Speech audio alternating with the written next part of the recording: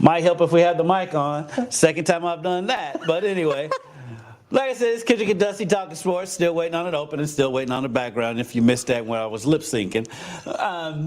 Not a too busy day in sports, but some stuff, namely the UK UofL game for the basketball game. The date was announced. It's Thursday, December 21st, which is extremely weird for it to be on a Thursday. I'm assuming in this time and network still being worked out. I would assume that's probably going to be an ESPN National game, audience, and most likely they'll probably put us at the dreaded 9:00 game, which everyone hates. But that is out there. I said last year's game. Louisville made their runs in that game at Rupp Arena, but I mean they were down by 20 points for most of that second half. They did make a little bit of a run of it to make it a little bit respectable at the end. The funny thing is, when I was editing the VO for this, so you take a little inside baseball. Okay. Usually, if we are previewing like a schedule for a game that's upcoming when they played the year before, you like to show highlights of people who will be actually playing in this year's game. Totally different. For both of them. For everybody. Yeah. Antonio Reeves is pretty much the only player from Kentucky that I had to score a basket in that game. And then I think I had Huntley Hatfield scored for you. Did I put that in there? I think that video is. It might be.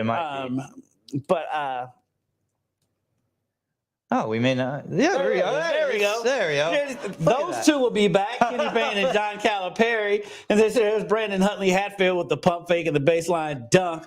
And then later in the second half, I found an Antonio Reeves basket. And outside of that, most of the people participating in that game are not participating in the game on December 21st. But that's crazy, too. I mean, if you look at the programs across the board, I mean, football is kind of the same story. You at least have a few more returners there for Kentucky, but UofL football doesn't have a lot. And so now you look at basketball, it's a total, 180 here as far as for both programs. Yeah, I got Huntley Hatfield coming back, Mike James and JJ Traynor. They all played in that game, and Zan Payne.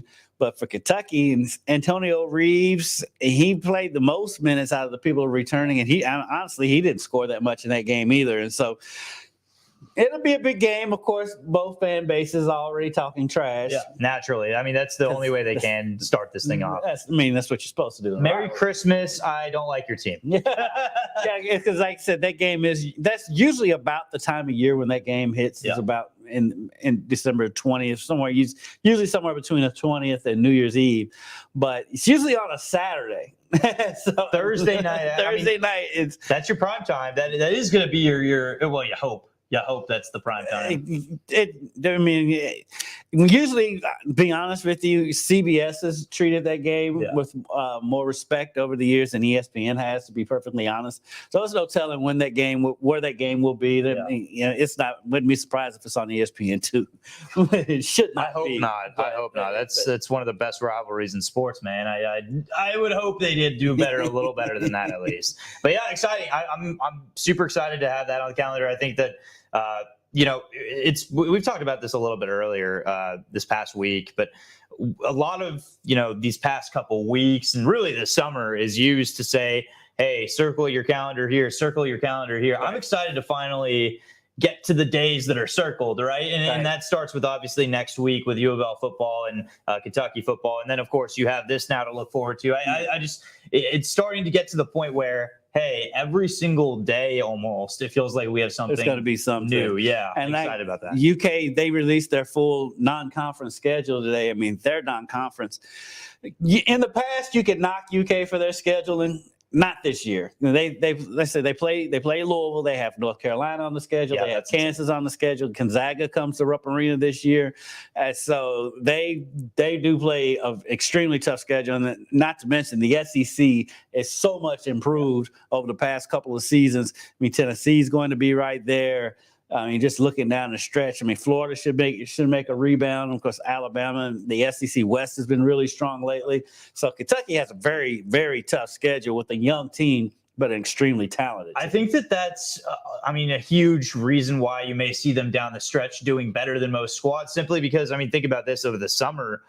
They've already kind of had their first go of it here. And that was up in Canada in Toronto, right? And so you go from the global jam where they're facing international competition. You get a really strong non-conference and facing the likes of Gonzaga or facing the likes of Kansas, like championship caliber teams year in, year out.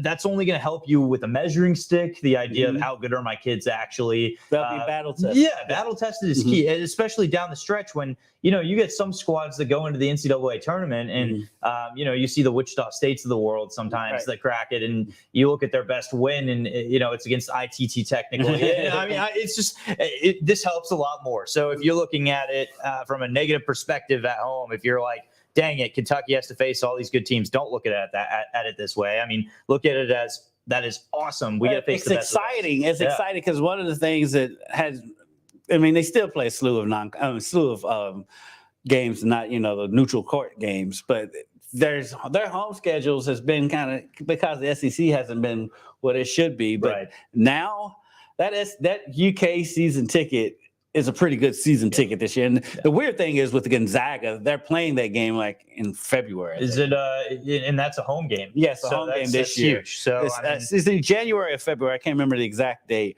but yeah, that game is like in the middle of the conference season for both of them. So but I think the coaches kind of like that, to break that up a little bit, to get a break from playing all conference games.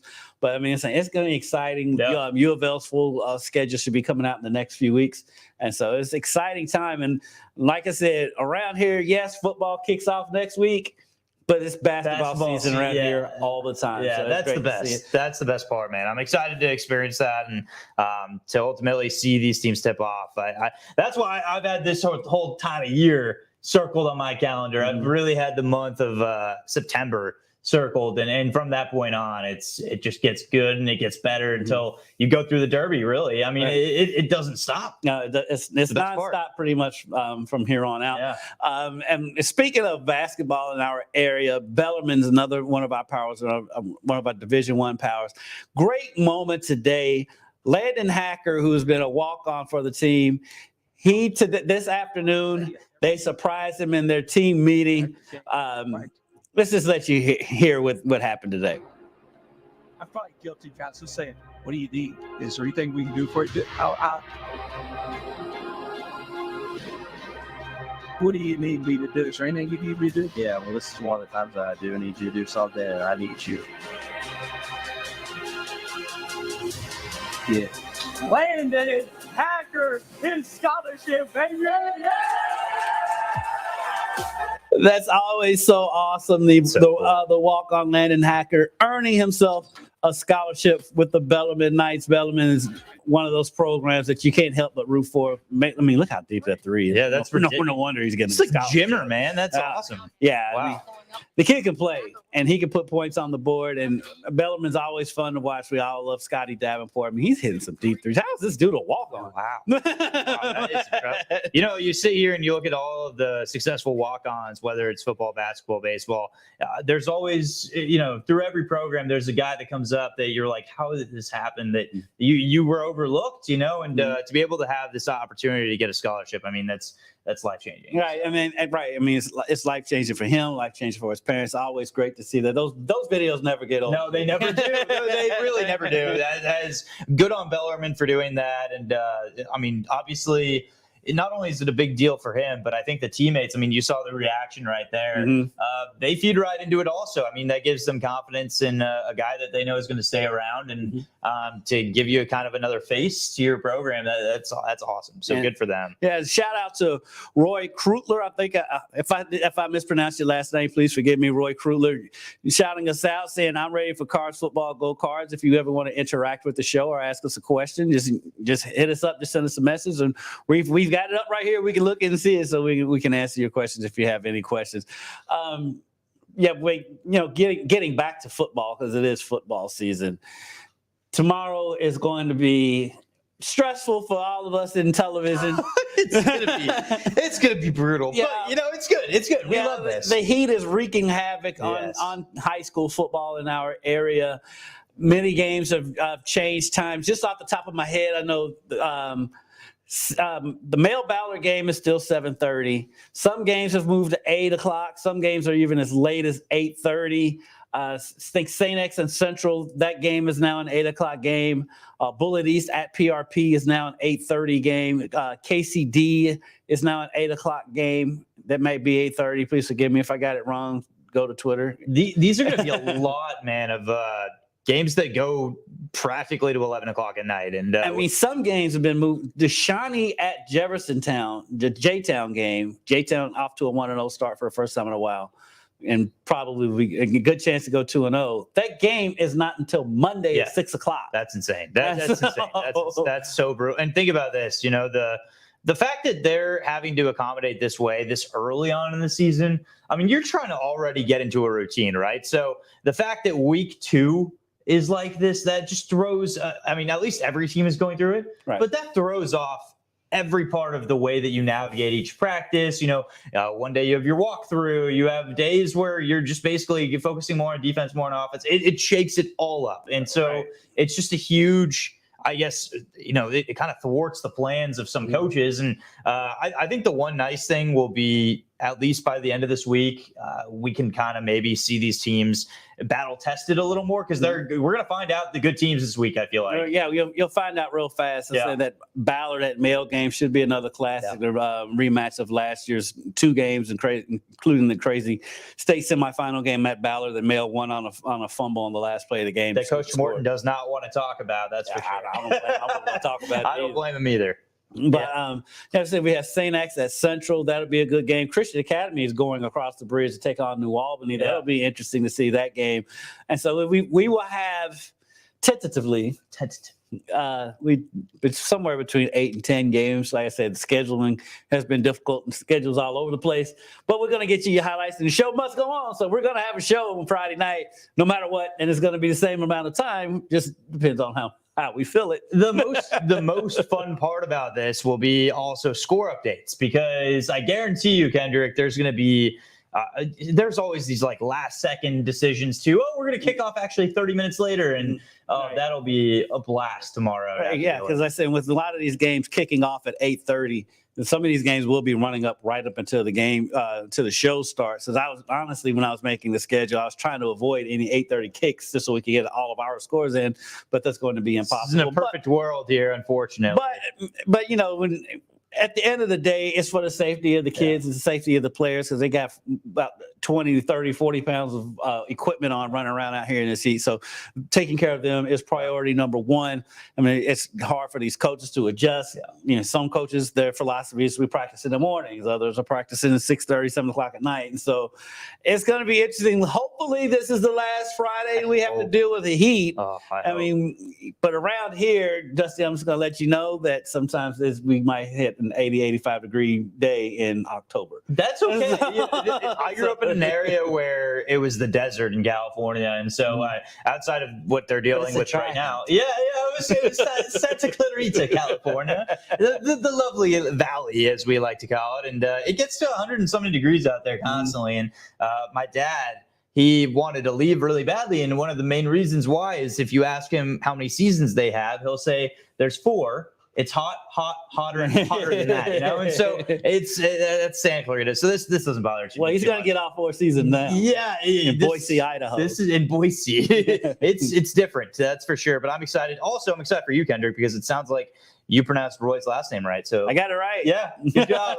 If you're on our YouTube feed, you might see that Roy said that Kendrick is in fact correct. So not only can we call highlights here, we also could spell well. So we can spell, but I'm not going to brag about saying names right, because some of those tennis players, when we have to do those Russian tennis players, that's terrible. That's brutal. That's brutal. I struggle with that as well. But what's great too is the fact that this week, not only are we hopefully going to pass the hardest portion of the weather, but also we're 1 week away from that college season, and I'm looking forward to getting that consistency back. So let's hope this is the one kind of last major hurdle along the way, right? And then we get our normal Friday show. We've been relatively lucky, knock on wood, that weather hasn't really played too much of a role in these games on Friday nights here in the past few years. This is the first time in a long time we've had to rearrange because of the heat. Yeah, there's been times when there's been to potential storms if you had to change around. But this is the first time for the Heat in a long time. So hopefully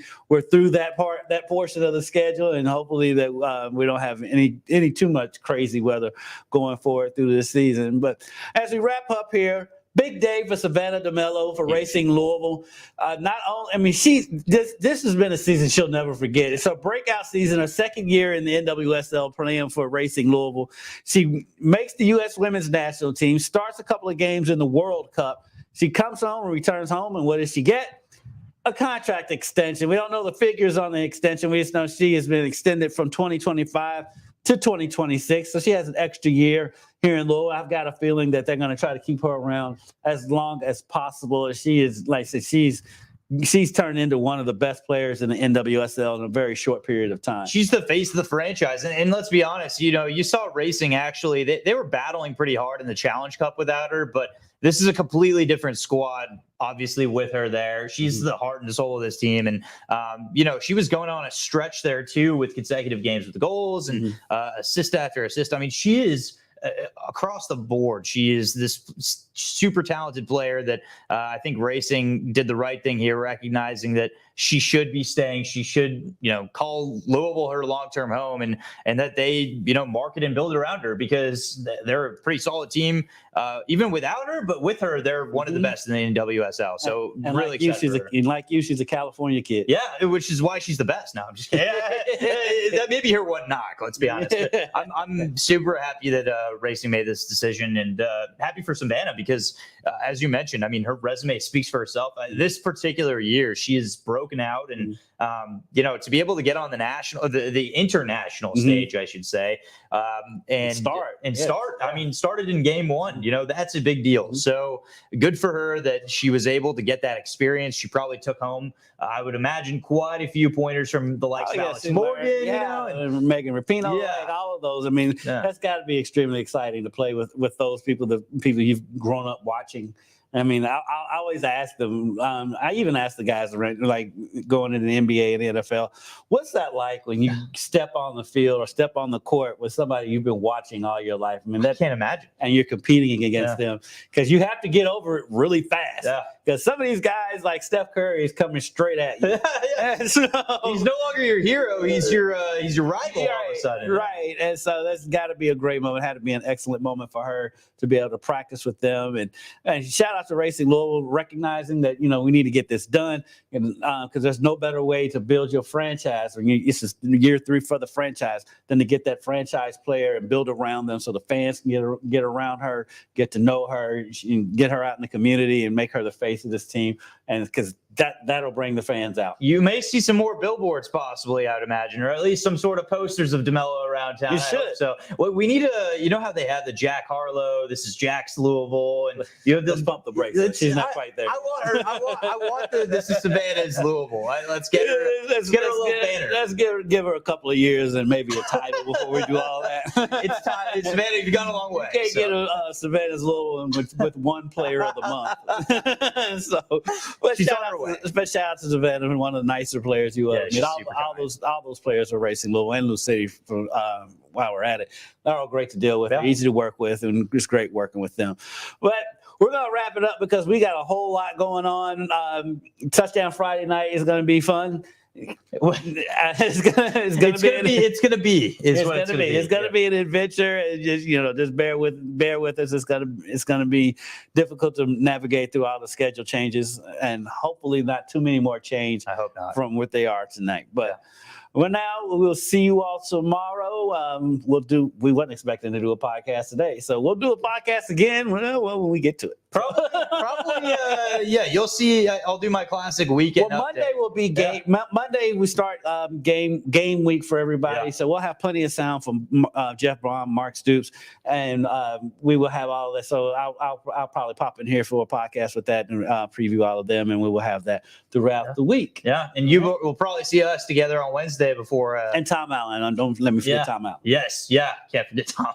Don't forget Tom. And then Wednesday I'll head out. That'll probably be the last day that we do this until the following week. So that's time together. Busy week. Dusty always works it in on the weekend. We will get it in as often as we can. But for now, for Dusty Baker, I'm Kendrick Haskins. This is Kendrick and Dusty talking sports. Hope you have a great evening, everybody. Good night.